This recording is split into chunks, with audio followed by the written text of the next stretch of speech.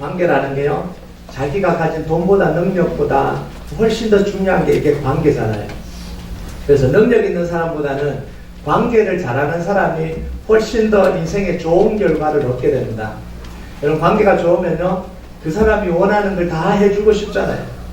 관계가 좋으면 그 사람과 늘 함께하고 싶은 거, 나눠주고 싶고 함께하고 싶고 하는 걸 이렇게 막 도와주고 싶은 이런 생각이 들잖아요. 이게 관계가 좋을 때 일어나는 겁니다. 그 대한민국을 다 혼란 속으로 빠뜨려 버린 이 참담한 사건도 이 관계 때문에 온 거 아니에요.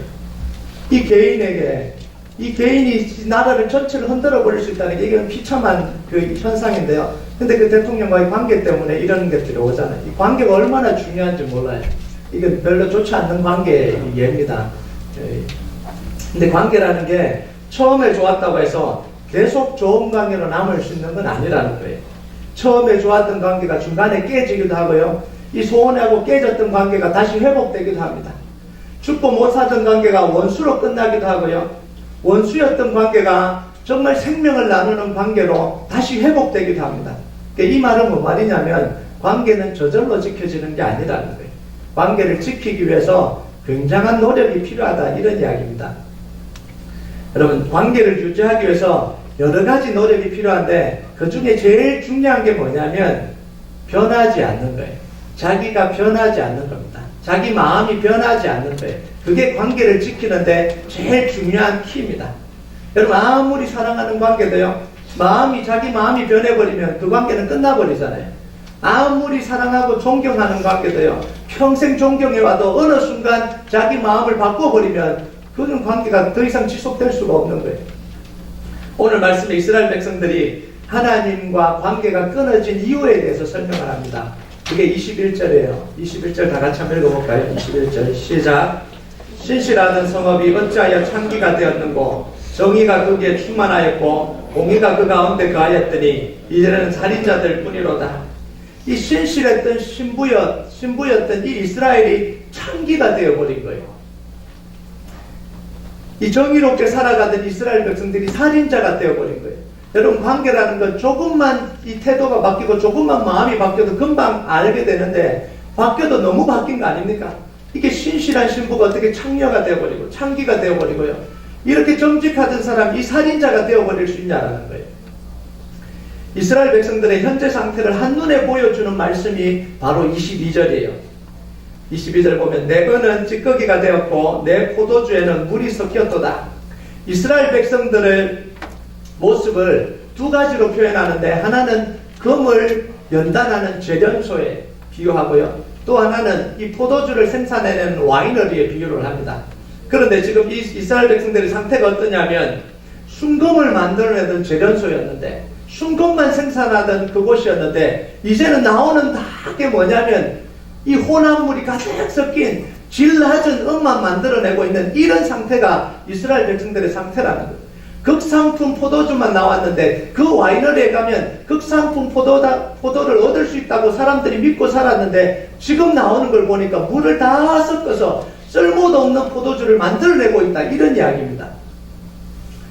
여러분, 하나님이 이스라엘 백성들을 보면서 너희들의 상태가 어떤 줄 아냐? 바로 이 상태다, 이렇게 이야기를 하는 거예요.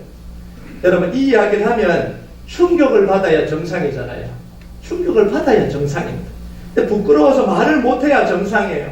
그런데 이스라엘 백성들은요, 반응은 이와 정반대로 나타나는 거예요. 뭐라고 이야기했냐면 그래서 뭐가 잘못됐단 말입니까? 그 이야기를 하는데 그 뭐가 잘못됐습니까? 이렇게 이야기를 하는 거예요. 여러분, 요즘 다 그렇게 한다는 거예요. 요즘 다 가보십시오. 다 그렇게 합니다. 누가 요즘 100% 순금을 만들어서 팝니까? 요즘 누가 이 100% 순수한 포도주를 만들어서 판매합니까? 그렇게 하면 다 망합니다. 요즘 같은 세상에 그렇게 하면 손해보고 망합니다. 바보들이나 그렇게 하지 아무도 그렇게 하지 않습니다. 이게 이스라엘 백성들의 반응입니다. 여러분, 이스라엘 백성들은 자기의 죄를 자기 죄로 인정하지를 않습니다. 부끄러운 짓을 하고도 부끄럽다고 생각하지 않습니다. 왜냐하면 다 그렇게 하는데 나도 그렇게 하고 있습니다. 세상 사람들 다 보십시오. 다 그렇게 하는데 이게 뭐가 문제가 되냐고. 오히려 정직하게 사는 게 이게 바보 같은, 그럼 우리 보고 바보같이 살아라, 이런 이야기입니까? 이 말을 지금 이스라엘 백성들이 하는 거예요. 여러분, 우리가 살아가고 있는 시대가 이런 시대 아닙니까? 이 시대랑 우리 시대랑 다른 게 뭐가 있어요? 하나도 없잖아요. 자기 잘못을 인정하지 않습니다. 잘못이 다 드러났는데도 아니라고 속입니다. 모른다라고 이야기를 합니다. 자기의 잘못을 이야기하는 사람에게 미안해하는 게 아니라 오히려 그 사람에게 욕을 퍼붓고요, 그 사람을 더 악하게 대하려고 합니다.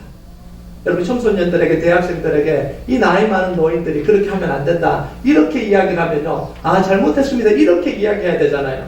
그런데 그 자기한테 싫은 소리 했다고 이 어른을, 노인을 구타하는 게 지금 이게, 이 폭력을 행하는 게 지금 이 시대의 현상이잖아요. 아무도 자기 잘못을 인정하지 않습니다. 대통령도 자기 잘못을 인정하지 않습니다. 20만이나 넘는 국민들이 나와서 잘못했다라고 그렇게 하라고 해도 꿈쩍도 하지 않습니다. 여러분, 이게 다른 사람들만의 문제일까요? 우리는 그러지 않습니까? 우리에게도 똑같은 문제가 지금 자리 잡고 있다는 걸 알아야 됩니다. 여러분, 누군가 나의 잘못을 이야기하면 감사합니다 그러고 집에 가십니까? 분에 못 이겨서 밤잠을 못 자잖아요. 어디 나한테 지금 저런 이야기를 하냐고, 자기는 뭘 잘했다고 나한테 그렇게 지적하냐고, 분에 못 이겨서 한번 두고 보자고, 내가 때가 되면 반드시 한마디 하겠다고. 이게 지금 우리 모습이잖아요. 나의 잘못을 돌아보고 인정하는 게 아니라 오히려 더 화를 내는 게, 이게 양심의 화인 맞은 시대를 살아가고 있는 게 이게 우리 모습이에요. 여러분, 하나님이 왜 이스라엘이 이렇게 바뀌었다라고 이야기를 합니까? 여러분, 남자들이 제일 듣기 싫어하는 말이요, 바뀌었다라는 이야기. 결혼하고는 그렇게 잘해주더니 왜 바뀌었냐, 이런 이야기. 언제 바뀌었는지 모르지만 바뀌었대요. 그죠? 안 바뀌었는데 자꾸 바뀌었대요. 그러니까 속이 타잖아요. 안 바뀐 걸 보여줄 수도 없고. 그러니까 하나님이 왜 이렇게 이스라엘 백성들에게 이 자꾸 바뀌었다 이렇게 이야기를 하냐는 거예요. 23절을 우리 한번 읽어볼까요? 23절 같이 읽어봅시다. 시작. 내 고관들은 폐역하며 도둑과 착하며 다 뇌물을 사랑하며 예물을 구하며 고아를 위하여 신원하지 아니하며 과부의 송사를 수리하지 아니하는도다. 이 중요한 표현이 나오는데, 뇌물을 사랑하며 예물을 구하며, 이런 표현입니다. 이게 무슨 이야기인지 아세요? 마음속에 돈을 사랑하는 마음이 가득 차버렸다는, 돈을 사랑하는 마음을 마음속에 품어버렸다, 이런 이야기입니다. 이스라엘 백성들이. 여러분, 사람이 언제 타락하게 됩니까? 마음속에 품지 말아야 될 걸 품어버리는 순간 타락하게 됩니다. 하나님을 섬기는 사람들에게 하나님 아닌 다른 걸 품으면 그 사람은 신앙에 문제가 찾아오잖아요. 여러분, 결혼한 남자에게 아내 외에 다른 여인을 품기 시작하면 그때부터 가정이 깨지기 시작하잖아요. 뭐 만나고 안 만나고 이거 둘째 문제고, 이미 다른 여인을 품었다라는 것 자체가 문제가 생긴 거 아니에요. 여러분, 사람 자체가 착한 사람, 거룩한 사람 따로 있는 게 아닙니다. 나는 거룩하기 때문에 안 그렇다, 저 사람은 저렇게 착하기 때문에 그렇게 나쁜지 못한다, 우리 목사님은 거룩하고 홀리하기 때문에 그러지 않는다. 여러분, 믿지 마세요. 사람은 믿을 게 못 됩니다. 이 목사라는 사람 믿을 게 못 됩니다. 여러분, 하나님이 붙들어 주시면 믿지만 사람 자체는 믿지 마세요. 얼마나 많이 속았습니까? 그래서 늘 성폭력 당하기도 하고, 목사를 믿어 사람 믿었다가 당하는 거 아니에요. 사람 믿었다가. 사람은 믿을 게 못 됩니다. 오늘부터 저희한테 생각해 보시는 분들. 저는 그런 사람은 아닙니다. 사람이 믿을 게 못 되는 거예요. 여러분, 그 마음에 품은 대로 달라지는 거예요.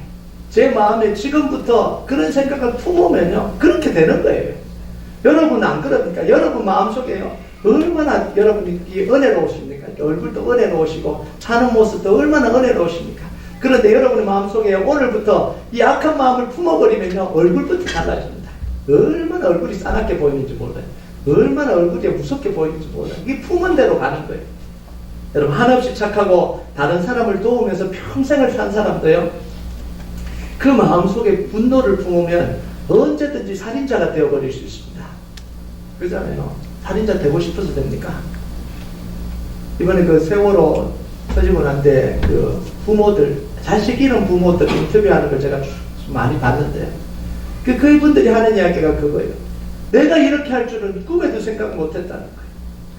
내가 이렇게 길거리 나와서 우리 아들 살려달라고 그렇게 막 핏대 세우고 그렇게 막 막무가내로, 이 막무가내는 죄송합니다. 이 막무가내 표현이 아니고요. 정말 이렇게 안타까움으로 그렇게 이제 하는 것, 전혀 생각을 못했다는 거예요. 그런 거는 다 이상한 사람들이나 하는 거고, 이상한 생각을 가진 사람들이나 하는 건 줄 알았지, 자기가 길거리에 나와서 그렇게 처절하게 부러지실 줄은 몰랐다라는 거예요. 여러분, 이게 사람이에요, 이게. 우리는 안 그러겠습니까? 우리가 우리 자녀들을 잃어버리고, 우리에게 그렇게 억울한 일을 당했는데, 얌전하게, 정말 예의 있게, 그렇게 살 수 있겠습니까? 아니에요. 가슴속에 한이 품어졌는데, 가슴속에 아픔이 품어졌는데 어떻게 그냥 평범하게 살아가겠습니까? 여러분, 3년 동안 예수님을 따라다녔던 제자 가룟 유다도요, 우리가 배신을 해서 가룟 유다가 나쁘다 그러지만 처음에 따라다닐 때 이 가룟 유다는 예수님께 신임 받으려고 얼마나 열심히 했습니까? 얼마나 신실하게 했습니까? 그런데 어느 순간 사탄이 예수님을 팔 마음을 넣어버리니까, 마음을 품어버리니까 그 제자가 예수님을 그냥 한꺼번에 그냥 팔아버리는 거예요. 팔 수 있더라는 거예요. 이게, 여러분, 다윗은요 얼마나 신실했습니까? 얼마나 하나님을 잘 섬겼습니까? 그런데 어느 순간 그 마음속에 음욕을 품어버리니까 이 유부녀가 바세바가 유부녀라는 사실을 알고도, 신하가 얼마나 지혜로웠죠. 바세바가 누구냐 알아봐라 그러니까 와서 뭐라 그러냐면, 누구의 이 남편, 누구의 아내, 누구의 이 딸 아닙니까? 이 유부녀라는 사실을 다 밝혀주는 거예요. 그럼에도 불구하고 이 음욕을 품어버리니까요, 이 바세바와 동침하고 그것도 모자라서 우리아를 죽여버리는 살인자가 되어버리잖아요. 어떻게 이런 일이 있을 거라고 상상이나 했겠습니까? 다윗이 이런 일을 저질 거라고 누가 상상이나 했겠습니까? 그런데 그 마음속에 품지 말아야 될 생각을 품어버리니까 다윗도 어쩔 수 없다라는 거예요. 그래서 로마서 12장 3절에 하나님 우리에게 이렇게 건면합니다. 우리 같이 한번 읽어볼까요? 시작. 내게 주신 은혜로 말미암아 너희 각 사람에게 말하노니 마땅히 생각할 그 이상의 생각을 품지 말고 오직 하나님께서 각 사람에게 나누어 주신 믿음의 분량대로 지혜롭게 생각하라. 마땅히 생각할 그 이상을 품지 말라는 거예요. 하나님의 은혜만 품으라는 거예요. 하나님 믿음만 품으라는 거예요. 이 분노와 시기와 질투와 이런 거 품지 말라는 거예요. 그래서 에베소 4장 26절에 뭐라고 이야기합니까? 분을 내어도 죄를 짓지 말고 해가 지도록 품을 품지 말라는 거예요. 분을 품고요, 그 밤을 지나간다고 한번 생각해 보세요. 그 기분 나쁘고 분을 품은 건요, 저녁이 되면 다 잊어버리고 주무셔야 돼요. 안 그러면 밤새도록 잠 못 주무시잖아요. 막 열이 올라오고요, 이걸 어떻게 해야 될지 막 분노가 솟구치고요. 다음날 때도 그거 하고 있으면 병듭니다. 생각도 병들고 몸도 병들고요, 사람 관계도 병들고 다 병드는 거예요. 그러니까 그런 마음을 품지 말라 이렇게 이야기하는 거예요. 빨리 용서하고 그냥 자면서 다 잊어버리라 이런 이야기입니다. 다 잊어버리는 축복이 있길 주님의 이름으로 축복합니다. 오늘 오실 때 그 분노를 품고 왔으면 예배 끝나는 순간 다 잊어지는 그런 축복이 있길 바랍니다. 누구도 나는 괜찮다, 나는 변하지 않는다라고 장담할 수 있는 사람 없습니다. 죄 앞에서 누구도 안전한 사람이 없습니다. 우리 마음에 예수님이 주인 되어 주셔서 우리 마음과 생각을 지켜주기 전까지 우리는 늘 죄 속에 빠질 수밖에 없는 인간들입니다. 여러분, 돈 욕심이 들어가고요, 명예 욕심이 들어가고 권력 욕심이 들어가고 이 육체적인 욕심이 들어가면 사람은 100% 타락의 길로 갑니다. 아무리 성자라도요, 아무리 대단한 사람도 이 욕구가 들어가면 그때부터 타락의 길로 가는 거예요. 여러분, 이스라엘 백성들의 타락을 이야기할 때 항상 등장하는 게 뭐냐면 고아와 과부입니다. 타락을 이야기하는데 고아와 과부가 안 등장한 적이 없어요. 늘 이스라엘 백성들이 타락했다 그러면 반드시 고아와 과부 이야기를 합니다. 그래서 23절에 보면 고아를 위하여 신원하지 아니하며 과부의 송사를 수리하지 아니하는도다 이렇게 이야기해요. 여러분, 고아와 과부에게 잘해주는 게 어떻게 신앙의 좋은 결과, 좋은 모습이냐는 거예요. 그거하고 이렇게 매치를 시킬 수 있겠냐라는 거예요. 여러분, 야고보서 1장 27절에 보면 하나님 정확하게 말씀을 하셔요. 우리 같이 한번 읽어봅시다. 시작. 하나님 아버지 앞에서 정결하고 더러움이 없는 경건은 곧 고아와 과부를 그 환난 중에 돌보고 또 자기를 지켜 새 속에 물들지 아니하는 그것이니라. 경건을, 왜 고아와 과부를 환난 중에 돌보는 게 이게 경건의 이 모습이다, 척도다 이렇게 이야기하냐면요, 돈 욕심이 들어가고 명예 욕심이 들어가고 권력 욕심이 들어가고 이 육체적인 욕심이 들어가면요, 나타나는 현상이 뭐냐면 고아와 과부를 돌보지 않습니다. 절대 그럴 수가 없습니다. 여러분, 사람이요, 그 마음이 들어가면요, 돈 되는 일에 관심이 가져지게 되는 거예요. 이익 되는 일에 모든 관심이 가는 거예요. 자기 명예를 축켜 세워주는 일에 관심을 가지는 겁니다. 그래서 잘 사는 사람, 권력 있는 사람, 도움 있는 사람, 도움을 줄 수 있는 사람에게만 관심을 가지는 거예요. 누가 이런 마음이 있는데 가난하고 이 아무것도 없는 고아와 과부에게 누가 관심을 가지겠습니까? 그 사람과 함께 하기를 원하고 그 사람 이야기를 들어주기를 원하고 그 사람과 함께 그 시간 보내기를 원하지, 누가 고아와 과부가 천한 사람들하고 같이 있고 싶은 생각이 누가 들겠습니까? 안 드는 거예요. 여러분, 우리가 살아갈 때 누군가를 무시하거나 막대하거나 존중하지 않는 태도가 우리 속에서 나오면 우리는 긴장을 해야 됩니다. 하나님을 기뻐하지 않는 마음이 우리 속에 품어졌다는 거예요. 교회 왔는데 내가 좋아하는 사람들과 함께하고 좀 괜찮은 사람, 나에게 도움 줄 사람들만 교제하려고 그러고 다른 사람은 우리에게 오지 마라 그러고 내가 불편한 사람은 오지 마라 그러고 이미 우리 속에요, 이런 욕구들이, 품지 말아야 될 생각들이 들어왔다라는 거예요. 여러분, 이 정치인들만 잘못하는 겁니까? 여러분, 이 권세자들만 잘못하는 거예요? 아니에요. 우리도 그러고 있다는 거예요. 우리는 티가 안 나는 것 뿐이지 모르게 하잖아요. 모르게. 우리 그룹에 너는 안 들어왔으면 좋겠다.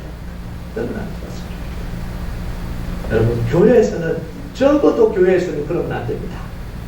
차별하면 안 돼요. 똑같은 성도예요. 똑같은 사람이에요. 똑같이 귀하게. 여러분, 내가 좋아하는 사람에게 오픈되어 있듯이 모든 사람에게 우리 마음이 오픈되어야 됩니다. 여러분, 지금부터요, 여러분의 모든 마음이 우리 모든 성도들에게 오픈되어지는 그런 축복이길 바랍니다. 가족끼리만도 모이지 마시고 좋아하는 끼리만도 모이지 마시고 언제든지 연령대별로도 이게 청을 짓지 마시고 언제든지 들어오려고 하는 사람에게 마음을 오픈하는 게 이게 교회입니다. 이게 사랑이에요. 이게 용납하는 거 아닙니까? 여러분, 아무리 교회가 크고 아무리 교회가 잘 되고요, 아무리 교회가 돈이 많아지고 영향력이 있어져도요, 교회 안에서 오픈되지 않으면 끼리끼리 모여서 그렇게 살아가면 그 교회가 아니에요. 그 하나님이 기뻐하시는 교회가 아니잖아요. 여러분, 이 변심하고 타락한 이스라엘 백성들을 향해서 하나님이 뭐라고 하시는지 한번 들어보세요. 24절 한번 읽어볼까요? 24절 같이 한번 읽어봅시다. 시작. 그러므로 주 만군의 여호와 이스라엘의 전능자가 말씀하시되 슬프다. 내가 장차 내 대적에게 보험하여 내 마음을 편하게 하겠고 내 원수에게 보복하니라. 하나님이 드신 처음 마음은 뭐냐면 너무 슬프다는 거예요. 이스라엘 백성들이 그러고 있으니까 너무 가슴이 아프다는 거예요. 근데 그 다음에 말이 뭐냐면 내가 이스라엘 백성들의 대적이 되겠다는 거예요. 이스라엘 백성들과 원수가 되겠다는 거예요.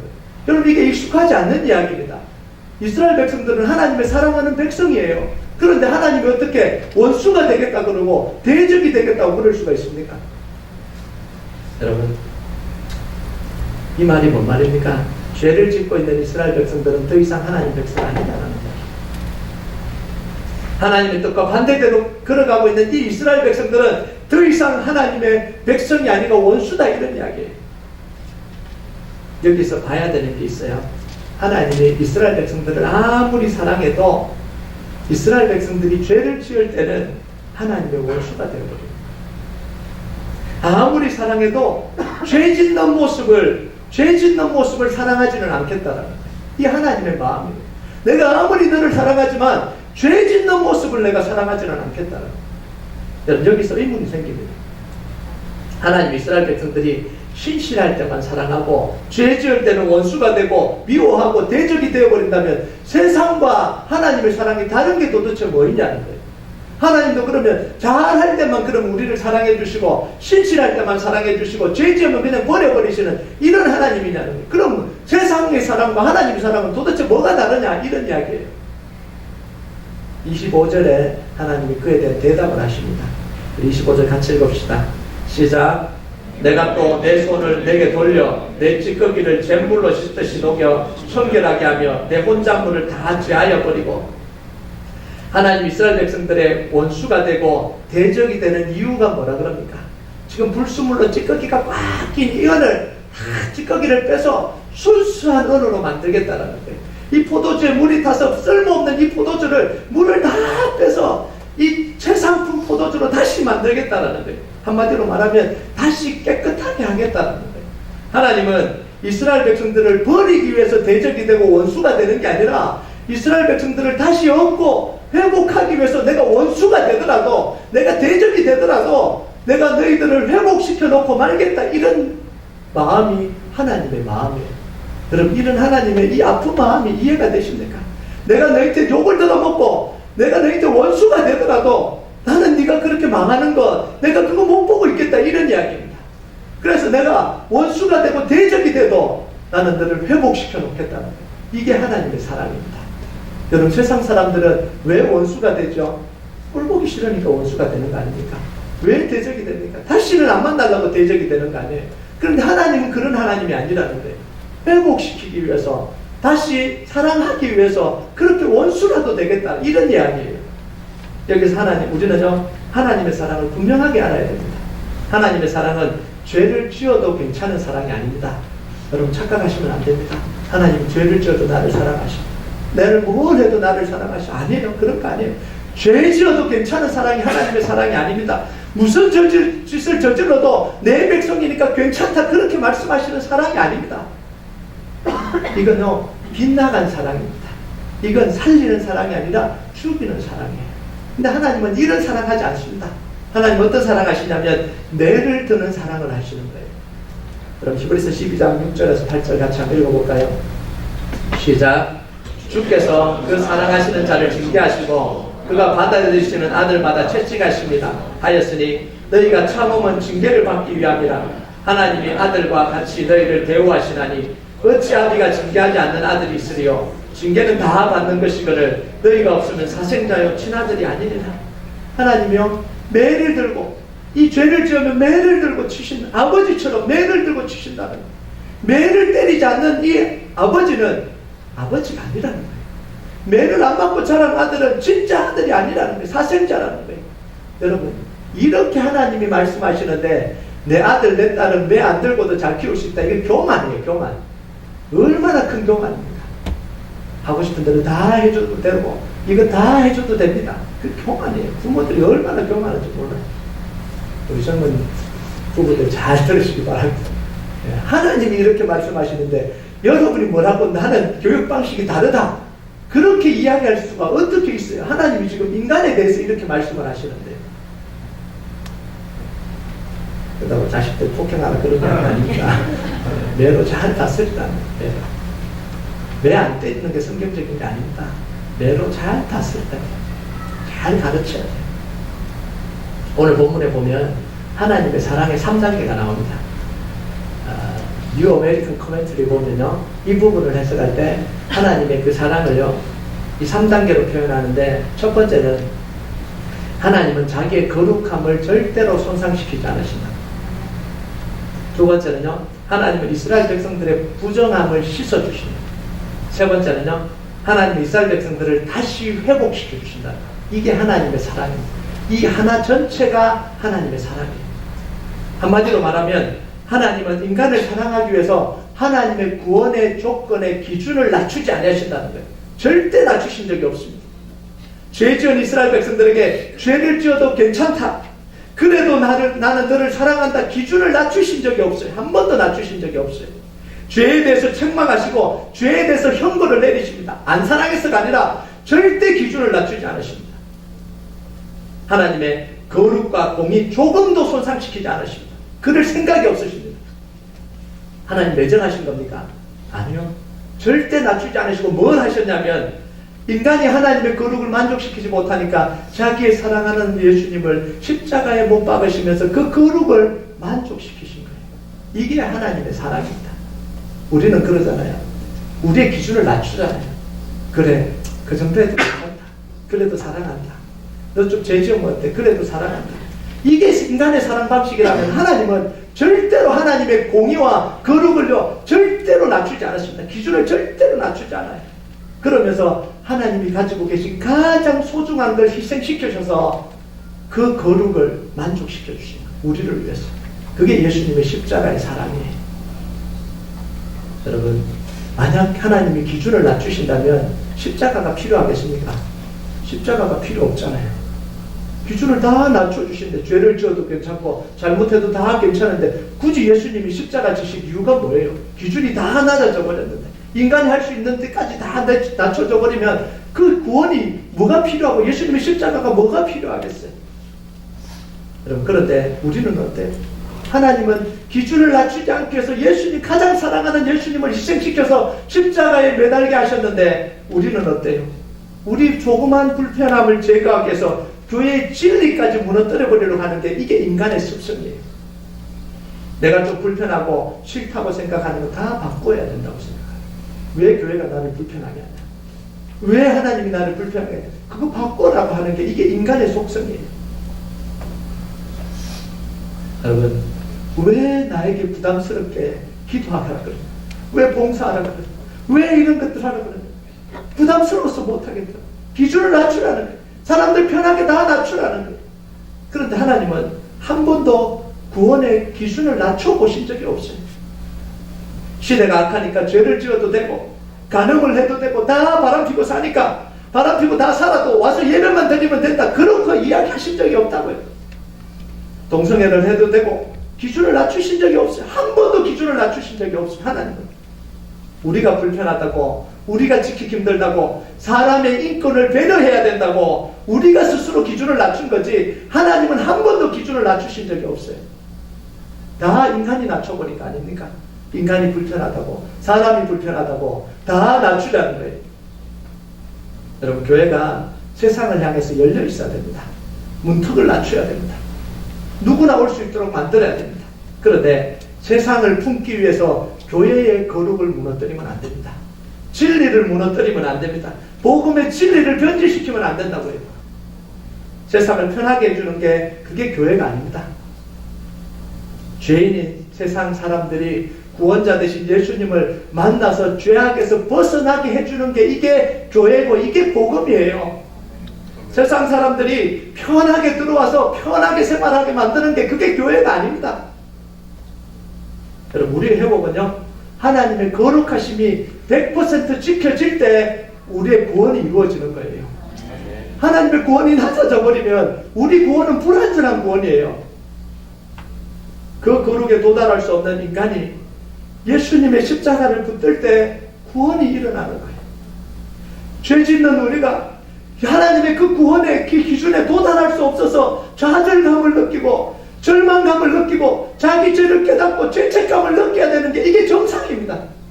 교회에 와서 내 죄 때문에 괴로워해야 되는 게, 이게 정상입니다. 그래서 우리가 예수님의 십자가 은혜를 붙드는 게, 그게 구원이에요.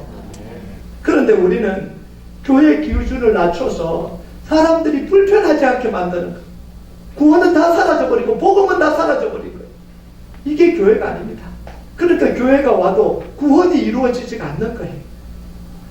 변화가 일어나지 않는 거예요. 여러분, 하나님이 회복하시려고 했던 이스라엘 백성들의 모습을 한번 보세요. 어떻게 회복시키기를 원하시는지 26절에 한번 읽어볼까요? 26절 시작.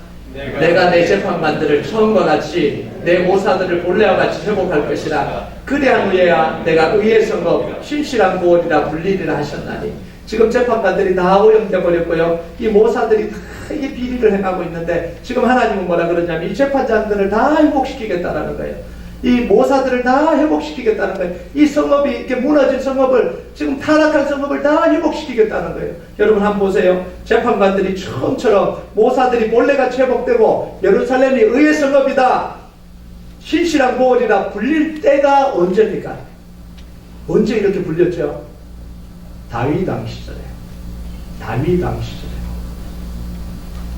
여러분, 아모스 9장 11절 한번 읽어볼까요? 이 하나님 마음이 여기 담겨 있어요. 같이 한번 읽어봅시다. 시작. 그날에 내가 다윗의 무너진 장막을 일으키고 그것들의 틈을 막으며 그 허물어진 것을 일으켜 옛적과 같이 세우고. 지금 하나님은 회복을 그릴 때 늘 갈망하는 게 뭐냐면, 이 다윗 시대의 이 예배와 이 삶과 이 모든 것이 회복된 그 모습을 하나님은 지금 그리고 있다. 지금 하나님 뭐라 그러냐면 솔로몬 성전 회복하고 싶다, 이렇게 이야기하지 않습니다. 예루살렘 성전 회복하고 싶다, 성막을 회복한다, 이런 이야기 안 합니다. 다윗의 허물어진 그 성전을 회복하고 싶다. 그거 뭐예요? 다윗이 기브온 산당에서 거기서 하나님을 만나고 하나님께 예배하고 정말 하나님을 갈구했던 그 예배, 그 신실함, 그 모습을 회복하고 싶다는 거예요. 하나님이 찾으시는 예배가 건물이 아니에요. 그 마음, 그 예배를 하나님은 회복하고 싶다는 거예요. 여러분, 근데요, 다윗 시대는 이때로부터 400년 전의 일입니다.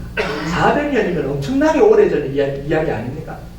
그때는 하나님을 섬기는 게 당연한 시대였습니다. 다윗 시대는요. 모든 사람들이 성전에서 예배 드리는 게 감사했고 예배 드리는 걸 즐겼고 예배 드리는 게 당연하다고 생각했습니다. 성전 예배만 있으면 수많은 사람들이 이 성전으로 몰려들었습니다. 그게 당연한 거였습니다. 그런데 이사야 시대는요, 지금 이사야 시대는 다른 시대입니다. 400년이 지나서 문명은 더 발전했고 사람들은 더 타락했고 모든 사람들이 하나님을 인정하지 않는 시대입니다. 왜 교회 가야 되냐, 왜 성전에 가야 되냐, 왜 제사 드려야 되냐, 이 말을 하던 시대가 바로 이사야 시대입니다. 성전에 가면 지루하고 왜 또 짐승을 잡아서 예배 드려야 되냐, 이렇게 바쁜 시대에 그렇게 할 시간이 어디냐, 이렇게 하던 시대가 이사야 시대입니다. 그런데 지금 하나님은 뭐라고 이야기합니까? 다윗 시대처럼 예배하고 다윗 시대처럼 기도하고 하나님을 섬기는 것, 그걸 회복하자, 이렇게 이야기합니다. 여러분, 이렇게 이야기를 하면요, 그 시대 사람들이 비웃었습니다. 그 다윗 시대나 가능한 일이지 지금 시대가 어느 시대인데 지금 다윗 시대 타령하냐, 이렇게 이야기를 했다고요. 어떻게 요즘 시대에 그렇게 모이냐는 거예요. 어떻게 그렇게 예배 드리러 가냐, 이렇게 바쁜데 이렇게 문명이 발달한 시대에 그런 거 하고 있냐, 이런 이야기가 나오던 거예요. 그런데 하나님 뭐라고 하십니까? 내가 회복하겠다는 거예요. 내가 부흥을 시키겠다, 이렇게 이야기합니다. 여러분, 우리도 똑같이 지금 이야기하고 있다는 사실 아십니까? 우리가 한 이야기를요, 이사야 시대 사람들이 했습니다. 우리가 최신으로 지금 이야기하고 있다고 생각하십니까? 아니에요. 지금 우리가 뭐라 그럽니까? 성도들이 열심히 교회 나와서 기도하는 시대는 지났다, 이러고 다니잖아요. 안 그렇습니까?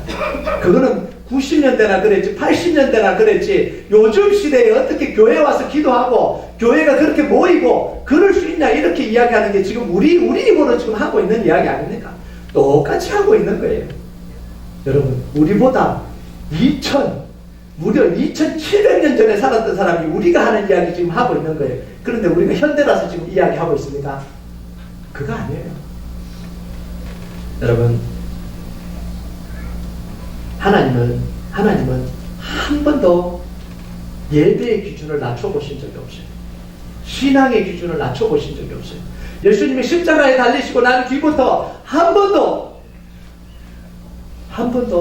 신앙의 기준, 예배의 기준, 구원의 기준, 하나님을 섬기는 기준을 낮춰본 적이 없어요.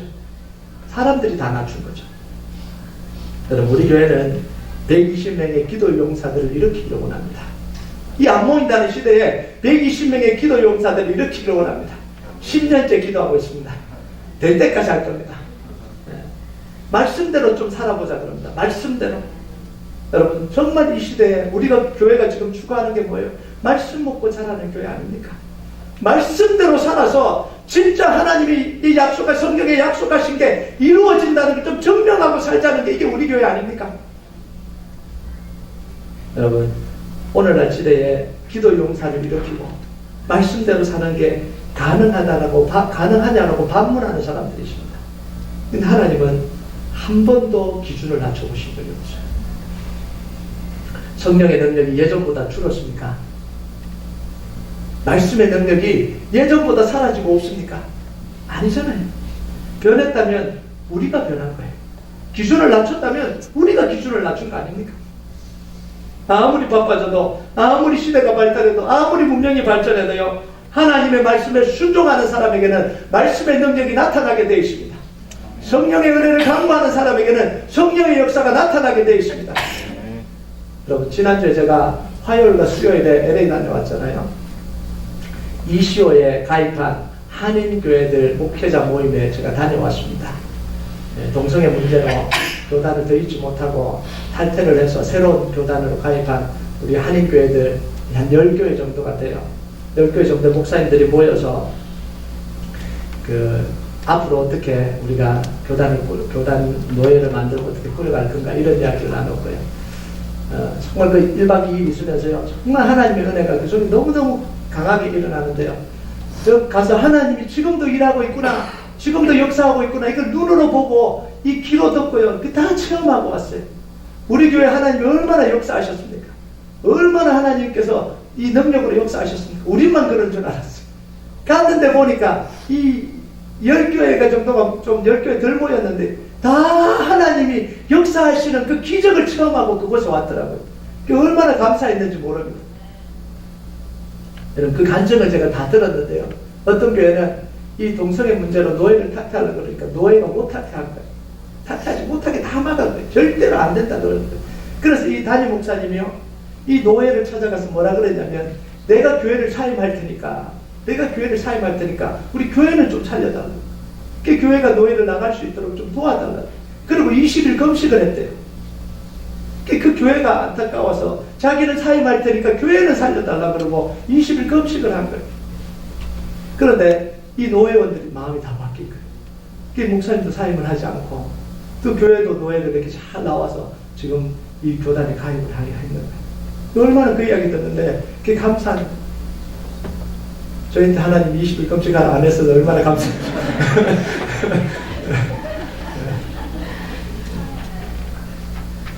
어느 교회는요, 노예를 나오려고 하니까 노예에서 수를 걸었습니다. 이 법적 소송을 걸은 거예요. 700만 불짜리 건물인데 다 놓고 나가라는 거예요. 다 놓고.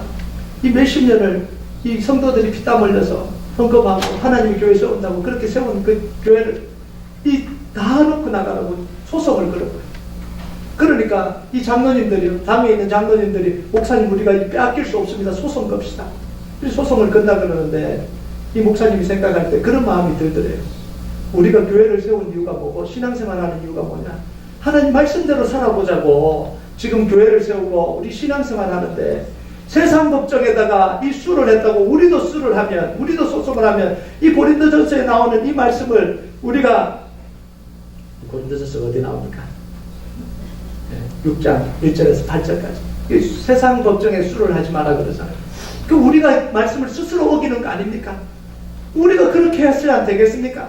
그러니까 장로님들이요, 목사님은 빠져있어. 그분들 믿음 없어서 그런 게 아니라 교회를 너무 사랑하니까. 그래서 목사님이 기도하면서 같이 기도하면서 설득을 했대요. 우리가 말씀대로 살자고 신앙생활하고 말씀대로 살려고 교회 짓는데 이 700만 불 지키려고 말씀대로 안 살면 어떡하냐고. 그러니까 이 장로님들이 참 대단해. 다 순종해 준 거예요. 그럼 목사님 다 놓고 나옵시다. 그 700 수를 안 한다는 건 700만 불 다 짜리 교회를 다 놓고 나와. 교회 차도 다 놓고 나와. 성가대 가운까지 다 놓고 나와. 제가 그 말을 듣는데 정말 얼마나 속에서 마음이 상하든지 어떻게 그러냐고. 그런데도 불구하고 다 놓고 갈 데가 없잖아요. 근데 하나님이 놀랍게요. 700만 불짜리 건물 놓고 나오니까 1300만 불짜리 건물 주셨어요. 뭐 그 과정은요 정말 기가 막히게 정말 하나님 역사하셨어요. 그 1년 동안 지금 몰기지 페이하면서 잘 교회가 그래도 잘 가고 있더라고요. 근데 앞으로 보니까 잘 갈 것 같아요. 하나님이 그렇게 역사해요. 이게 뭐 돈이 중요한 게 지금 돈 이야기 하는 게 아니잖아요. 뭐 얼마짜리 이런 게 아니잖아요. 정말 하나님 말씀대로 하기 위해서 그걸 포기하니까 하나님이 그 교회의 운명을 책임져 주시는 거예요. 여러분 이게 말씀의 능력입니다. 여러분 우리 시대에 하나님의 역사가 더불게 일어나는 건요, 하나님의 하나님이 능력 없어서가 아닙니다. 우리가 스스로 기준을 낮춰버렸기 때문에. 엘리 시대 때 하나님의 이상이 보이지 않았습니다. 하나님의 음성이 안 들려졌습니다. 하나님 말씀하지 않은 게 아니라 엘리와 그 아들들이 스스로 기준을 낮춰버린 거예요. 스스로 타락해버린 거예요. 여러분 동시대에 살았던 이 사무엘에게는 하나님이 얼마나 말씀하십니까? 일만 있으면 말씀하시잖아요. 현재 한국의 상황을 보면요, 우리 교회들이요 얼마나 기준을 낮추고 살아왔는지 절실하게 보여줍니다. 여러분 이 한국교회가 아니죠. 지금 한국의 이 사태가 왜 일어났다고 생각하십니까? 정치인들이 잘못했어요? 사람들이 아꼈어요? 저는 그렇게 보지 않습니다. 한국교회가 기준을 너무 낮추고 살아왔어 그렇습니다. 한국교회는 권력과 함께 걸어왔습니다. 부끄러운 이야기인데요. 권력과 함께 걸어왔고 권력과 함께 타락했습니다. 이제는 한국교회가 이거 인정해야 합니다. 나라를 위해서 기도해 준다고 그러면서요, 위에 있는 권세에 순종하라 그러면서요, 기도해주고 기도해주고 그렇게 하는 게 아니라 이 권력과 함께 이익을 나눠가지고 그러면서 그 권력으로부터 혜택을 받으면서 교회가 성장해 왔잖아요. 이거 우리 인정해야 되는 거예요. 기도해주라 그러면 선지자적으로 기도해주고 잘못하면 잘못했다고 이야기할 수 있는 교회가 돼야 되는데, 그렇게 한 게 아니라 무조건 옹호하고 무조건 떠받들고 살아온 게 이게 교회 모습 아닙니까? 저 이게 요즘 보면서요, 그게 너무너무 가슴 아픈 거예요. 왜 가슴 아픈지 아십니까? 지금 이 나라가 총체적인 난국인데도 불구하고요, 교회가 희망이 되지 못하는 이 사실이 너무너무 가슴이 아픈 거예요. 이 나라가 무너지는데 교회가 선구자적인 역할들을 못하는데, 교회가 이 시대를 끌어갈 수 있는 힘이 없다는 게 이게 아픈 거예요. 4분의 1이 크리스찬이라 그러면서 몇만 개의 교회가 있다 그러면서 이런 이 총체적인 난국에 희망 하나 못 주는 이런 시대에 살아가고 있다는 게 이게 너무 가슴이 아픈 거예요. 누가 잘했다 누가 잘못했다 그런 게 아니라, 여러분, 우리 교회가 말씀대로 살아오지 않기 때문에, 교회가 말씀대로 안 사는데 누가 말씀대로 삽니까? 교회가 비리를 저지르고 교회가 편법을 해가고 교회 건물을 크게 지으려고 불법을 해가고 있는 이런 시대에 누가 말씀대로 살아갑니까? 교회를 늘리기 위해서, 숫자 늘리기 위해서 온갖 수단과 방법을 가리지 않는, 정말 복음으로 돌아가서 정말 성경으로 돌아가고 정말 믿음으로 돌아가서 살아가는 게 아니라, 클 수 있으면 더 많이 모을 수 있으면 그 방법을 선택한 우리의 이 결과가 바로 지금 이 대한민국이에요. 여러분, 우리 스스로 부유해졌고요, 스스로 높아졌고요, 말씀대로 살기보다 우리 욕구대로 살았던 것, 이게 바로 우리 교회의 모습. 이거 회개해야 됩니다. 여러분, 우리는요, 교회를 위해서 울어야 되고요, 나라를 위해서 울어야 됩니다. 정말 가슴 치며 울어야 돼요. 대통령이 정직하게 국민 앞에 사과하고 책임질 수 있도록 우리가 기도해야 돼요. 스스로 못합니다. 정말 국민 앞에 사과하고 정직하게 책임질 수 있는 그런 대통령이 될 수 있도록 우리가 기도해줘야 됩니다. 우리가 대통령 지켜주십시오, 대통령 자리 지켜주십시오, 그게 기도가 아니에요. 정말 우리가 제대로 기도해야 돼요. 검찰이요, 정직하게 수사하고 공정하게 사건을 처리할 수 있도록 하나님의 공의가 이 검찰을 통해서 드러날 수 있도록 우리가 기도해야 되는 거예요. 이게 교회가 나라를 위해서 기도하는 기도입니다. 무엇보다도요, 우리 교회가 말씀대로 걸어오지 않은 것을 회개해야 돼요. 우리가 그렇게 살지 않은 걸 회개해야 돼요. 여러분, 다시 말씀으로 돌아가고 복음으로 돌아가도록 우리가 다시 무릎 꿇고 회개해야 되는 순간이 바로 이 순간입니다. 여러분, 이제는요, 여러분이 기준을 낮추지 마시고요, 우리 교회가 기준을 낮추지 말고 말씀대로 살아서 정말 말씀의 역사를 경험해가는 그런 교회가 되길 주님의 이름으로 축복합니다. 네. 우리 같이 좀 찬양하고 기도하도록 하겠습니다. 제가 설교 준비하면서 이 찬양이 생각이 났습니다. 하나님, 이 땅의 황망을 좀 도와주십시오. 아무도 손쓸 수 없습니다. 누가 손 씁니까? 국회의원들이, 정치인들이 손을 씁니까? 아무도 이 해법을 알지 못하는 이 혼란 속으로 지금 나라가 빠져들어가는데, 이게 어떻게 풀어질지도 아무도 모르는 이런 상황입니다. 우리가 좀 하나님 앞에, 하나님 이 땅의 황망을 좀 도와주십시오. 무너진 이 땅을 좀 도와주십시오. 하나님, 다시금 회복시켜 주시고 다시금 긍휼하심을 베풀어 주시고, 이 솔로몬 성전을 짓고 난 뒤에 포로로 잡혀갔을지라도, 죄악 속에 빠져 하나님을 떠났을지라도 하나님의 성전을 향해서 기도하면 하늘의 하나님을 들으시고 응답해달라고 기도했던 그 기도를 드렸던 이 솔로몬처럼 우리가 그 마음으로 이 나라를 위해서 기도해야 됩니다. 우리가 이 찬양을 하나님 앞에 좀 올려드렸으면 좋겠습니다. 이 땅의 황무함을 보소서. 이 땅의 황무함을 보소서. 하늘의 하나님, 하늘의 하나님, 긍휼을 베푸시는 주여, 우리의 죄악 용서하소서. 우리의 죄악 용서하소서. 이 땅